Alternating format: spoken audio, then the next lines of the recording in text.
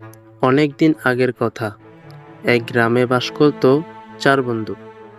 একদিন এক গহীন বনের মাঝ দিয়ে তারা ৪ বন্ধু হেঁটে চলছিল। কিন্তু মনে ছিল তাদের ভীষণ ভয়। বাঘ যদি এসে তাদের আক্রমণ করে। এই ভয় নিয়ে পথ চলতে তাদের অনেক কষ্ট হচ্ছে। তাই বনের মাঝ দিয়ে দাঁড়িয়ে ৪ বন্ধু বুদ্ধি বাহির করলো আর জোরে জোরে চিৎকার করে বলতে লাগলো, আমরা বাঘ ধরতে এসেছি। বাঘ কোথায়? বাঘ খাবো।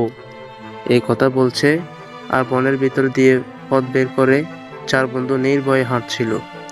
তখন তাদের পাশ দিয়ে যাওয়ার সময় এক বাঘ এই কথা শুনতে পেল এবং ভয়ে দৌড় দিল। দৌড়াতে দৌড়াতে বনের মধ্যে ঢুকে পড়ল এবং পথে দেখা হয়ে গেল শিয়াল পণ্ডিতের সাথে। তখন শিয়াল চেঁচিয়ে বলে উঠল, কি গো বাঘ মামা, দৌড়াও কেন? তখন বাঘটি বলল, আর বলো না, কারা যেন বনের মধ্যে এসে আমাকে খুঁজছে, আমাকে মেরে খেয়ে ফেলবে। তখন শিয়াল বলল, আরে বাঘ মামা, তোমাকে কে ভয় দেখায়? কে বলছে তুমি বেশি শক্তিশালী? তখন বাঘটি বলল, এত কিছু বুঝি না, আমি দৌড় দিব, আর তুমিও বাঁচতে চাইলে দৌড়াও।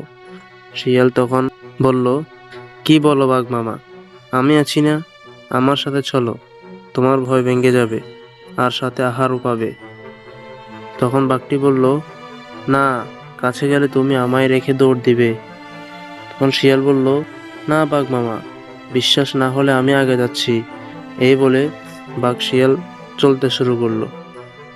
চলতে চলতে তারা যখন ৪ বন্ধুর কাছে এলো আর সেই কথা শুনতে পেল, আমরা বাঘ ধরতে এসেছি। বাঘ কোথায়? বাঘ খাবো। তখন বাঘকে আর কে পায়?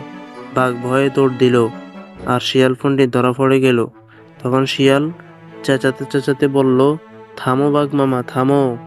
কে শুনে কার কথা? বাঘ আরো দ্রুত দৌড়াতে থাকে। অবশেষে শিয়ালকে ওই ৪ বন্ধু মিলে মেরে ফেলে। ভিডিওটি ভালো লাগলে শেয়ার করতে পারেন এবং আপনি যদি এমন ভিডিও দেখতে পছন্দ করে থাকেন তবে এসটি কার্টুন বিডি চ্যানেলটি এখনই সাবস্ক্রাইব করে রাখুন এবং পাশে রাখা বেল আইকনটি প্রেস করুন। তো দেখা হচ্ছে নতুন কোনো ভিডিওতে, ততক্ষণ পর্যন্ত ভালো থাকবেন। ধন্যবাদ।